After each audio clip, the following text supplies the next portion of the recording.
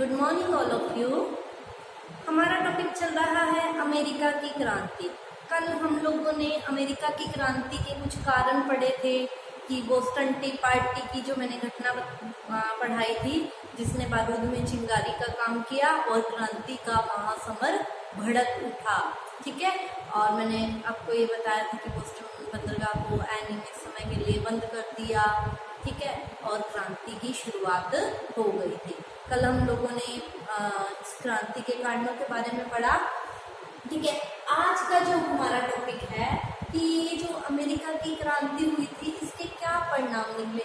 आज हम अमेरिका की क्रांति के परिणामों के बारे में चर्चा करेंगे। ठीक है, तो देखिए अमेरिका की क्रांति का जो पहला परिणाम निकला, ठीक है, वो निकला अमेरिका की ये जो क्रांति हुई थी इसमें इंग्लैंड पराजित हो गया था और अमेरिका विजयी हो गया था।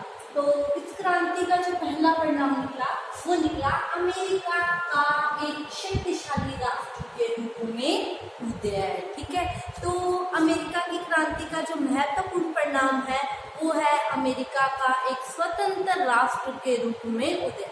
मैंने आप लोगों को बताया था इंग्लैंड का उपनिवेश था, गुलाम था। ठीक है, क्रांति में विजयी हो गया। ठीक है, और क्या हो गया, अमेरिका का एक स्वतंत्र, अब क्या हो गया, इंग्लैंड की दास्ता से आजाद हो गया, अमेरिका का एक स्वतंत्र राष्ट्र के रूप में उदय माना जाता है। ठीक है, और इस क्रांति के द्वारा इंग्लैंड का जो अमेरिका पर प्रभुत्व था वो क्या हो गया, समाप्त हो गया। ठीक है, और इंग्लैंड ने अमेरिका को एक स्वतंत्र राष्ट्र के रूप में मान्यता दे दी। ठीक है, और अमेरिका विश्व का सबसे पहला देश माना जाता है जहां सबसे पहले प्रजातंत्र की स्थापना हुई। कई बार छोटा क्वेश्चन भी पूछ लिया जाता है तो गौर करना, अमेरिका ही पहला देश माना जाता है जहां सबसे पहले प्रजातंत्र की स्थापना हुई और एक लिखित संविधान बना। इसको ही देखते हुए अन्य देशों में भी लोकतंत्र, संसदीय सरकारों की स्थापना हुई और लिखित संविधान की जो परंपरा है ये प्रारंभ हुई। तो लिखित संविधान की जो परंपरा है वो अमेरिका ने ही शुरू की थी। ठीक है, तो सप्तवर्षीय युद्ध से पहले विश्व की दो महान शक्तियां थी, इंग्लैंड और फ्रांस। ठीक है, सप्तवर्षीय युद्ध इन्हीं दो महाशक्तियों के बीच में लड़ा गया था, इंग्लैंड और फ्रांस के मध्य। ठीक है, और इस सप्तवर्षीय युद्ध में इंग्लैंड ने क्या किया था, फ्रांस को हरा दिया था। अतः अब विश्व की सबसे महान शक्ति कौन थी, इंग्लैंड थी। ठीक है, लेकिन इस क्रांति के द्वारा जब इंग्लैंड ने अमेरिका को पराजित कर दिया तो अब विश्व की सबसे महान शक्ति कौन मानी जाने लगी, अमेरिका अब विश्व का एक शक्तिशाली देश के रूप में उभर कर सामने आया। अमेरिका अब विश्व के शक्तिशाली देश के रूप में उभर कर सामने आया। ठीक है, तो सप्तवर्षीय युद्ध से पहले इंग्लैंड और फ्रांस थे। सप्तवर्षीय युद्ध के दौरान इंग्लैंड ने फ्रांस को पराजित कर दिया तो इंग्लैंड महान शक्ति बन गया। अब इस क्रांति के द्वारा इंग्लैंड पराजित हो गया तो विश्व का सबसे शक्तिशाली देश कौन बन गया, अमेरिका। अमेरिका का एक शक्तिशाली राष्ट्र के रूप में उदय हुआ। ठीक है, तो ये अमेरिका की क्रांति का पहला परिणाम था। अब दूसरा परिणाम आता है अन्य शक्तियों से मुक्ति। मैंने आप लोगों को बताया था कि इंग्लैंड की भी व्यापारिक बस्तियां थी अमेरिका में, फ्रांस की भी थी, स्पेन की भी थी। ठीक है, तो सप्तवर्षीय युद्ध के द्वारा क्या हुआ था कि अमेरिका उपनिवेश को फ्रांस से क्या मिल गई थी, मुक्ति मिल गई थी। सप्तवर्षीय युद्ध के दौरान इंग्लैंड और अमेरिकी उपनिवेश दोनों ने मिलकर जो फ्रांस की बस्ती थी फ्रांस को पराजित कर दिया था। ठीक है, तो एक तो इसको फ्रांस से मुक्ति मिल गई। ठीक है, अब इस क्रांति के द्वारा इसने इंग्लैंड को भी पराजित कर दिया, इंग्लैंड से भी मुक्ति मिल गई। जब देखो स्पेन की भी अमेरिकी उपनिवेश में व्यापारिक फैक्ट्री थी, बस्ती थी। ठीक है, तो स्पेन अपनी इस बस्ती को बनाए रखना चाहता था, इसीलिए जब अमेरिका और इंग्लैंड के मध्य जो तनातनी चल रही थी, क्रांति चल रही थी, उस वक्त स्पेन ने क्या किया, अमेरिका का साथ दिया। उसको लगा कल को मेरी यहाँ जो बस्ती है वो सुरक्षित रहेगी। ठीक है, स्पेन ने क्या किया, अमेरिका की क्रांति में अमेरिका का साथ दिया।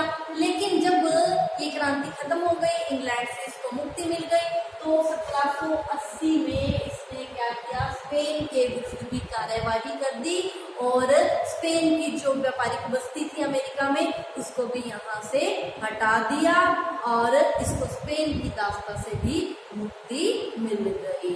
ठीक है, तो अन्य शक्तियों से भी अब अमेरिका क्या हो गया, आजाद हो गया, मुक्त हो गया। ठीक है, अगला जो तीसरा परिणाम निकला इस क्रांति का वो है उपनिवेशों के प्रति दृष्टिकोण में अंतर। ठीक है, देखो क्या कहते हैं, इन कनाडा है, ठीक है, ऑस्ट्रेलिया है या भारत है, ये भी क्या थे, इंग्लैंड के उपनिवेश थे। ठीक है, तो अब इंग्लैंड को ये लगा कि मैंने अमेरिकी उपनिवेश के साथ बड़ी कठोर नीति अपनाई है, इसी कारण उसने क्या कर दिया, मेरे खिलाफ क्रांति कर दी है और अपने आप को आजाद करवा दिया है। ठीक है, तो इसको देखकर जो मेरे बाकी के उपनिवेश हैं कहीं उनमें भी ये भावना ना आ जाए, अतः मुझे अपने उपनिवेशों के प्रति जो मेरा नजरिया, एक कठोर जो नजरिया है ना, और जो दृष्टिकोण है, जो नजरिया है ना, उसमें क्या करना चाहिए, परिवर्तन लाना चाहिए। ठीक है, समझ आया? देखो फिर से रिपीट करते, उपनिवेशों के प्रति दृष्टिकोण में अंतर। अमेरिका के अलावा इंग्लैंड के और भी बहुत उपनिवेश थे, ऑस्ट्रेलिया है, कनाडा है, या हम हमारे भारत की बात करते हैं, हम भी क्या थे, इंग्लैंड के उपनिवेश थे। ठीक है, तो इंग्लैंड ने क्या किया था, अमेरिका उपनिवेश के साथ बड़ी कठोर नीति अपनाई थी और अमेरिका वासियों ने क्रांति कर दी थी। तो इंग्लैंड की सरकार को भी ये लगने लगा था कि उपनिवेशों के प्रति कठोर नीति अपनाना सही नहीं है, हम लोगों ने अमेरिकी उपनिवेश के साथ कठोर नीति अपनाई और उन्होंने भी उन्होंने क्या कर दिया, क्रांति कर दी। अतः अब हम अपने उपनिवेशों के प्रति हमारा जो दृष्टिकोण है, नजरिया है, अगर उसमें सुधार नहीं लाए, उनमें सुधार नहीं किया गया तो कहीं वो भी हमारे खिलाफ ना हो जाए, हमारे हाथ से निकल ना जाए, जैसे अमेरिका निकल गया। ठीक है, तो अब क्या किया, उपनिवेशों के प्रति जो दृष्टिकोण था, जो नजरिया था, उसमें इंग्लैंड ने अब क्या किया, परिवर्तन लाया। ठीक है, उनमें उपनिवेशों में अनेक प्रशासनिक सुधार किए गए, अनेक वहाँ लोक कल्याण के कार्य करवाए गए। ठीक है, जैसे हम भारत की बात करते हैं तो भारत में इन लोगों ने क्या किया, 1784 में क्विट इंडिया एक्ट पारित किया गया और इस एक्ट के द्वारा भारत के संवैधानिक विकास का मार्ग प्रशस्त हुआ था। ठीक है, अगला जो परिणाम निकला, इंग्लैंड की प्रतिष्ठा में कमी। विश्व की दो शक्तियां थी, इंग्लैंड और फ्रांस। फ्रांस को इंग्लैंड ने सप्तवर्षीय युद्ध में पराजित कर दिया और विश्व की महान शक्ति कौन थी, इंग्लैंड थी। लेकिन इस क्रांति के द्वारा अमेरिका ने इंग्लैंड को पराजित कर दिया तो विश्व की महान शक्ति कौन बन गई, अमेरिका। इंग्लैंड की जो प्रतिष्ठा थी, जो उसने फ्रांस को पराजित करके प्राप्त की थी, अब उस प्रतिष्ठा में क्या आ गई, कमी आ गई। पहले ये लगने लगा था विश्व की महान शक्ति इंग्लैंड ही है। ठीक है, अब जब अमेरिका ने इसको पराजित